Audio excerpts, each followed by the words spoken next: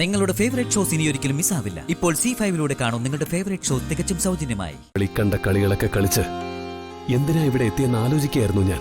അതെന്താ ഇപ്പൊ അങ്ങനെ ഒരു ചോദ്യം? നമ്മൾ അനുഭവിക്കാനുള്ളത് ചതിച്ചു നേടിയെടുത്ത് ആ സ്വത്തിന്റെ ആ ഭാരിച്ച നിധിശേഖരത്തിന്റെ ബലത്തിൽ അംശാധികാരിയായി വിലസുന്ന തൃപ്പങ്ങോട്ട് വാസുദേവനെ വീഴ്ത്തി ആ അധികാര കസേരയിൽ നീയും ഞാനും നിന്റെ സന്തതി പരമ്പരകളും വാഴുന്നതിനു വേണ്ടി തന്നെയാ നമ്മൾ ഈ കളികളൊക്കെ കളിച്ചത്. ആ ലക്ഷ്യമൊക്കെ ഇനിയൊരു സ്വപ്നമായി മാത്രം മാറാൻ പോവാ. ഒരു പാഴ് സ്വപ്നം മാത്രം.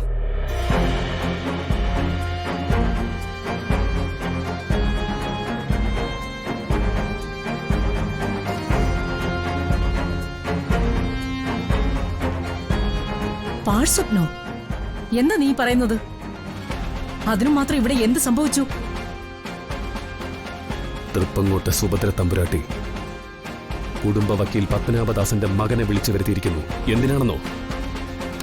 എന്റെ അച്ഛന്റെ ജീവന്റെ വിലയായി ഇവിടത്തെ നിധിശേഖരങ്ങളെല്ലാം ഒരു ട്രസ്റ്റിന്റെ പേരിലാക്കാൻ. അതോടെ തീരുവെല്ലാം. പിന്നെ തൃപ്പങ്ങോട് കുടുംബത്തിലെ ആർക്കും ക്ഷേത്ര സ്വത്തുവകകളിൽ വ്യക്തിപരമായ അവകാശങ്ങൾ ഇല്ലാതെയാകും. ദൈവമേ, ചതിച്ചോ? നീ എന്തൊക്കെയാ പറയുന്നേ? സത്യം. ഞാൻ ആ വക്കീലിനെ ഇപ്പൊ കണ്ടിരുന്നു. അയാള് പറഞ്ഞതാ ഇതല്ല. സുഭദ്ര എല്ലാ തയ്യാറെടുപ്പുകളും പൂർത്തിയാക്കി കഴിഞ്ഞു. ഉടനെ തന്നെ അത് നടക്കും. ഇല്ല, അതൊരിക്കലും നടക്കാൻ പാടില്ല. അത് നടന്ന പിന്നെ നമ്മൾ ജീവിച്ചിരുന്നിട്ട് കാര്യമില്ല.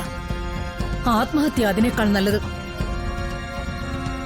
ഇല്ലമ്മേ, ഇവിടെ വേണ്ടത് ആത്മഹത്യയല്ല, ഹത്യയാണ്. ഈ തീരുമാനം നടപ്പിലാക്കാൻ പോകുന്ന സുഭദ്രയുടെ മരണം വക്കീലുമായി ചേർന്ന് നടപടിക്രമങ്ങൾ പൂർത്തിയാക്കണമെങ്കിൽ അവൾ അതിൽ ഒപ്പുവെക്കണം. അതിനവളുടെ വിരലുകൾ അനക്കാൻ അവൾക്ക് ജീവനുണ്ടാവില്ല. ഇപ്പൊ തന്നെ നമ്മൾ കരുതി വച്ചിരിക്കുന്ന വിഷം കൊണ്ടുപോയി ഞാൻ അവളുടെ വാ പിളർന്ന് ഒഴിച്ചു കൊടുക്കാൻ പോവാ. ഒരക്ഷണം പോലും പിന്നെ അവൾ ജീവിച്ചിരിക്കില്ല.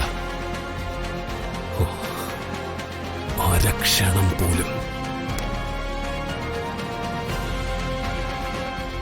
മേഘനാഥ,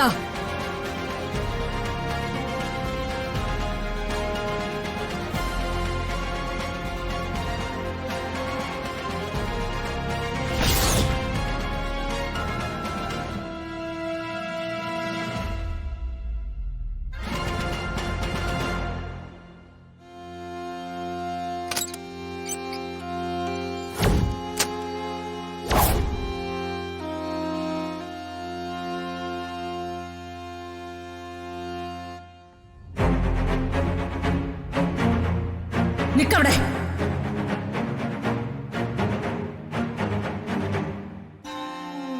ഇപ്പൊ വേണ്ട ഈ സാഹസം. എന്തുകൊണ്ട്? എന്തിനാ എന്നെ അമ്മ തടയുന്നത്? ഇനി അവളെ ജീവനോടെ വച്ചുകൊണ്ടിരിക്കുന്നത് നമുക്ക് അപകടമാ. ഇന്നെങ്കിൽ ഇന്ന് അവൾ അവസാനിച്ചേ പറ്റൂ. നമ്മുടെ ലക്ഷ്യം നേടുന്നതിന് ഒരേ ഒരു തടസ്സം അവള് മാത്രമാ. സുഭദ്ര മരിക്കുമ്പോ വയറ്റിൽ മറ്റൊരു ജീവൻ കൂടിയുണ്ട്. നിന്റെ മകൻ കാശിനാഥൻ.